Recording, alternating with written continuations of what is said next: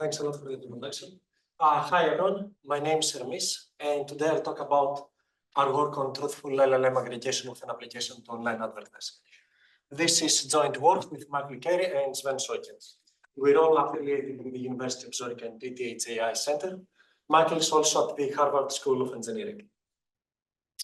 Large online platforms have started integrating generative AI across their services. And this has started quickly replacing traditional online search. These were taken directly from Google's I/O speech 2 months ago. For non-generative AI content, it's well established how to mix a user-centric part of the reply with advertiser interests. I don't need to talk about this, you probably know way too much about it already. This has been hugely successful, generating over 300 billion USD per revenue at this point for the two largest companies. The next natural question is how can we do the same for generative AI content in a principled way? What's the concrete problem we study? A user issues a query to an online platform. There's a reference LLM, PyRef, that's responsible for generating useful replies to the user's query. And at the same time, there are N other LLMs that belong to advertisers that would like to influence the reply back to the user. And what's the platform's goal? To produce a useful for the user reply, while at the same time maximizing the value generated for the advertisers. As a primer, let me give you a concrete example straight out of our experiment section. The user query is what are effective ways to learn a musical instrument online. And our mechanism in the reply back to the agent was able to suggest two very valid approaches, online music lessons and interactive learning tools, while also mentioning two fictitious advertisers back to the agent. The most related piece of work is the paper that you just saw by Dutting out. Hopefully you remember it. But just in case, let me do a quick recap. In that paper, the authors propose an auction where advertisers bid each time for their LLM to generate the very next token. I've highlighted some tokens with different colors, and we're now at this stage. Despite their great work in establishing the field of mechanism design for LLMs, to our eyes, their paper suffers from some limitations. For one, their mechanism is not truthful if advertisers can misreport their LLMs. Additionally, it is quite unclear what properties the final output distribution over the full sequence produced by their mechanism follows. And finally, and most importantly, something that a lot of you alluded to during the talk, advertisers suffer from the exposure problem. Say that we're in this state, and you are the advertiser that paid for all the colored words of this file. But at this point, you miss your brand name, you miss the most critical token. Then you're probably quite furious with the auction. Or even worse, you also got that word, but you missed the next one. Our mechanism, by comparison, remedies all of these issues. For one, it is completely truthful over its inputs. Two, it converges to the theoretically optimal distribution over the full output sequences. And three, advertisers face no exposure as when they bid for full output sequences. Also, the applications that we envision are a bit different.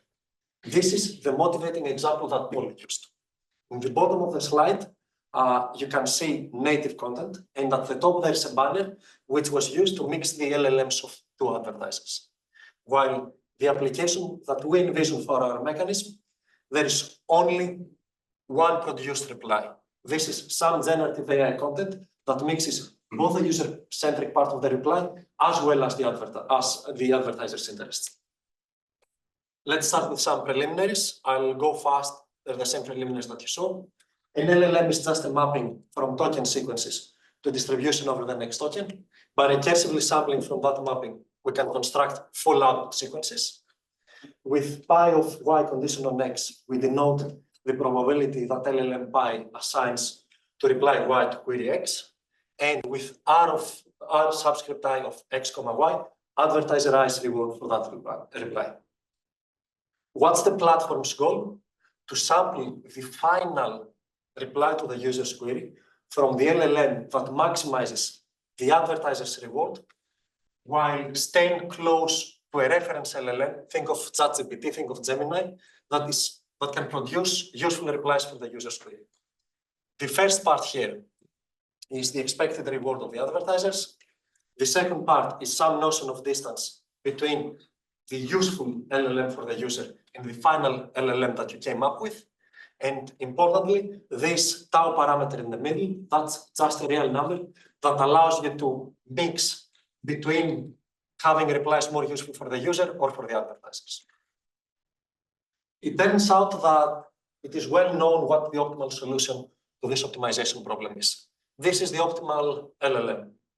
It has a closed form solution. Additionally, we can solve with respect to the reward function. And this means that there's a mapping between an LLM and the reward function that induced it. The two things are one and the same.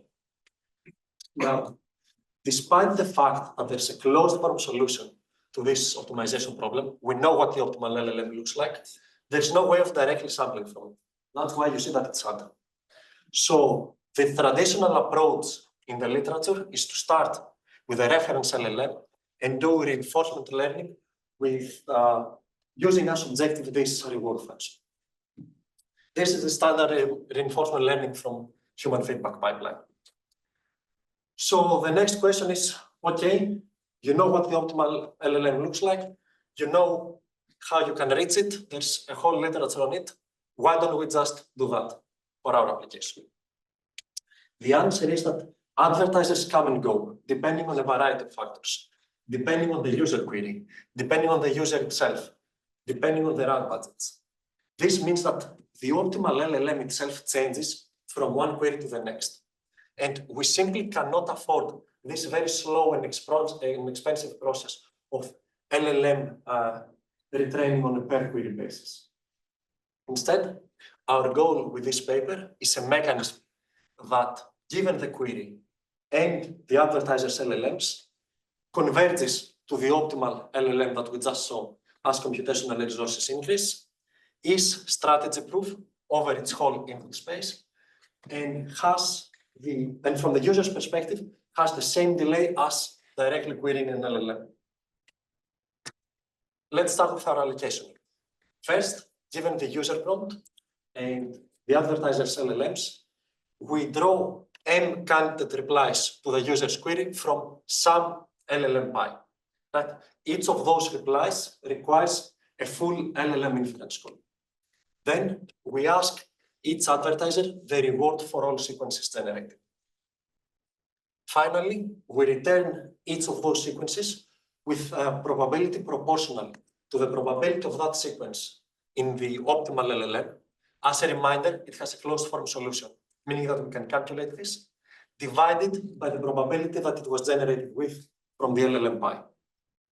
And we can prove that as the number of candidate sequences that we generate tends to infinity, the output distribution of our sequence converges to the theoretically optimal one for any non-degenerate LLM that we could have used for the generation of the candidate sequences.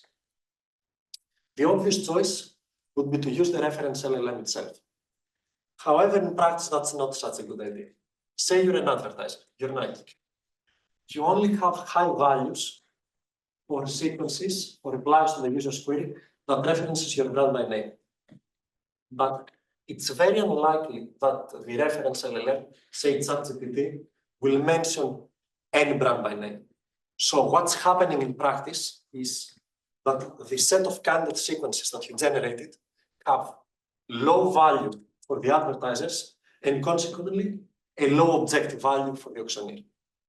So even though it does in theory converge to the optimal distribution, in practice, the convergence rate is very slow. What's our solution to this problem? Instead of using any LLM, we use a context-aware LLM that knows which advertisers are participating in the auction, along with a description for each advertiser, and tries to mention them. The advertiser description should be something that is easy to verify, but at the same time, this is something that advertisers can optimize on. This is similar to how in sponsored search auction, advertisers can perform search engine optimization. Now let's turn to our payment. Our interim allocation rule, once the candidate sequence has been generated, looks like the following. Each advertiser submits M bids, the reward for each of the M candidate sequences, and afterwards, our mechanism returns M probabilities, the probability with which each of the M candidate sequences will be returned to the user. This function is cyclic monotone, meaning that it is the subgradient of some convex function. Cyclic monotonicity is a sufficient and necessary condition for the existence of Rosset payments. Rosset payments are the only payments that can make this mechanism strategy-proof. If you want some intuition, the 1D special case of Rosset payments are the Meyerson payments. And in that case, cyclic monotonicity is just the monotonicity that Meyerson requires. Additionally, under those payments, advertiser ICE utilities, this big scary utility equation that you see there. The important part in that equation is this. This is the utility for agent type. And in practice, it does not depend on agent ICE reports. It only depends on the aggregate reward, the sum over everyone's reports. This means that the utilities of all agents are exactly the same. The mechanism is redistributing the utility gains equally back to all participating agents. This leads to a free riding issue. As long as this quantity is positive, any agent is incentivized to participate, no matter how unrelated that agent is to the query. Right? The mechanism will ensure that that agent still receives the same utility as everyone else. This reduces outcome quality because unrelated to the query agents are diluting the context. In our example from before, how can I learn a musical instrument online? Think of someone producing medical instruments participating in the auction. In the limit, we reach the situation where a lot of unrelated advertisers would participate, and the expected utility would be almost zero. Our idea to combat this is to use the one degree of freedom that we have in this equation, this C factor at the end. If you want an intuition about what the right offset to put there is, it's to charge each agent additionally her expected utility if her value for all sequences was zero. This offset maintains strategy proofness and additionally has a property we call what you give is what you get. Under this property, agent I's utility is monotone in how well aligned her exponentiated reward for the sequences is with the interim allocation rule had she not participated. Additionally, it satisfies a property we call almost individual rationality. If an agent has weakly or strongly non-negative rewards for all sequences generated, then her utility is weakly and strongly positive respectively. Finally, I'd like to highlight some practical considerations of our design. The computationally most expensive part of our mechanism is the generation and evaluation of the candidate sequences. However, this process is completely independent among both the sequences generated and the auctions participants. So it can be completely parallelized. This means that from a user's perspective, the delay is the same as simply querying an LLM. Additionally, our mechanism is compatible with more efficient methods of performing both inference and sequence evaluation. And those performance gains directly translate to performance gains in us. Let's start with our experiments. We use synthetic instances. Each instance consists of a user query, the example that we have, what are effective ways to learn a musical instrument online, along with two related advertisers to that query. Here's an example. The reference LLM is the publicly available Llama tool. The advertisers' LLMs are the same with the additional instruction, answer as if you were a creative advertiser form, some advertiser, and their description. The context-aware LLM has an instruction, try to mention and along with all advertisers and their descriptions. And we show plots, unlike most LLM papers. In all of our plots, in the x-axis, we have the number of candidate sequences that were generated for our mechanism. Those sequences are generated either by the reference LLM in blue color or the context-aware LLM in yellow color. In the first plot, we show the total advertiser reward as a function of the candidate sequences. And you can see that for the context-aware LLM, the rewards scale very rapidly with the number of generated candidate sequences. If we plot the auctioneer's revenue, the two plots look like a mirror image of each other. It turns out that for our payment rule, we recover 82 to 85% of the social welfare back as revenue for the auctioneer, which I found interesting, is very close to what happens in sponsored ad auction. The next plot is perhaps the most interesting one. Now in the y-axis, we have the log probability of the return sequence by the mechanism with respect to the optimal distribution. Additionally, we show one extra line, this green line. That's the probability, the log probability of sampling a single sequence from the truly theoretically optimal LLM filter problem. And as you can see, the context-aware version of our mechanism with just 20 candidate sequences is almost able to match the theoretically optimal distribution. Finally, this is the only plot that's different from the others. Now we only use the context-aware LLM.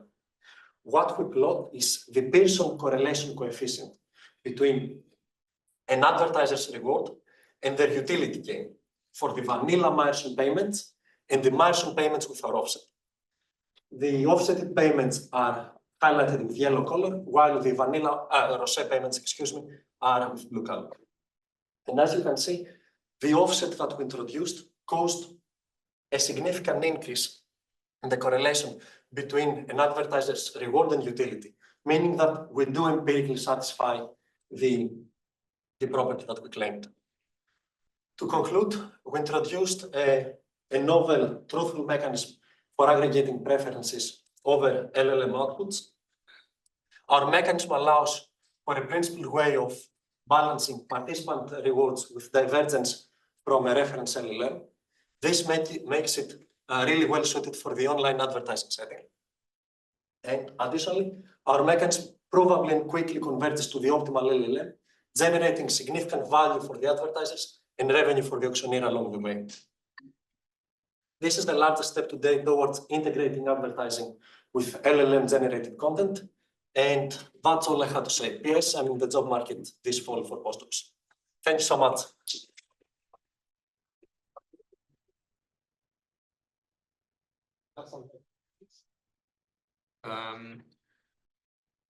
Can you say in which way this is different from what you're doing is different from what I'm saying now? Have a reference LLM generate a number M of goods.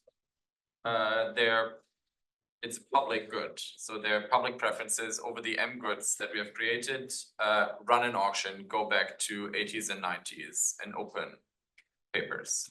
It sounds that there's like still randomization in your algorithm, but it seems that after generating at this more interim stage, you're just selling M goods. Yes, there is one significant difference, that there is some degree of randomization so that we converge to the theoretically optimal distribution. Right? It's not just an auction where the social welfare maximizing outcome will come, but instead, even if everyone prefers outcome one, there's a chance that outcome two will happen if the difference is smaller. Additionally, no, that's the main difference. And this randomization is before the M outputs are generated. No, after the M outputs have been generated, there's still randomization. Yes. Once you give me your values for this, I calculate the probability of each of those outputs with respect to the optimal distribution.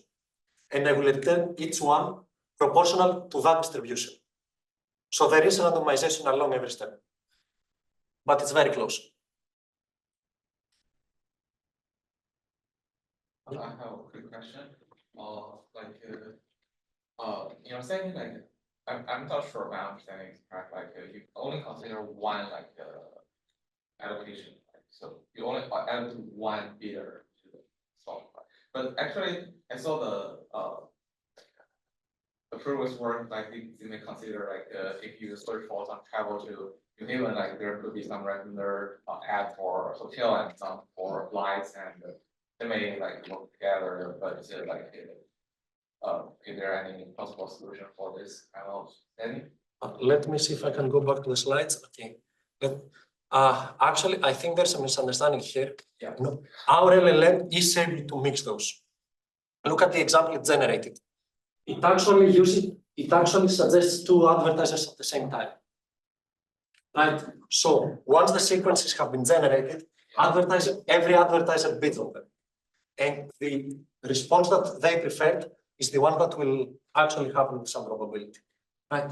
And in this sequence, more than one advertisers were suggested. There's nothing preventing the output sequence from mentioning multiple advertisers. In fact, the more advertisers that are mentioned, the more likely that sequence is to be produced, because more people have a high value for it. Okay. Thanks a lot for the question.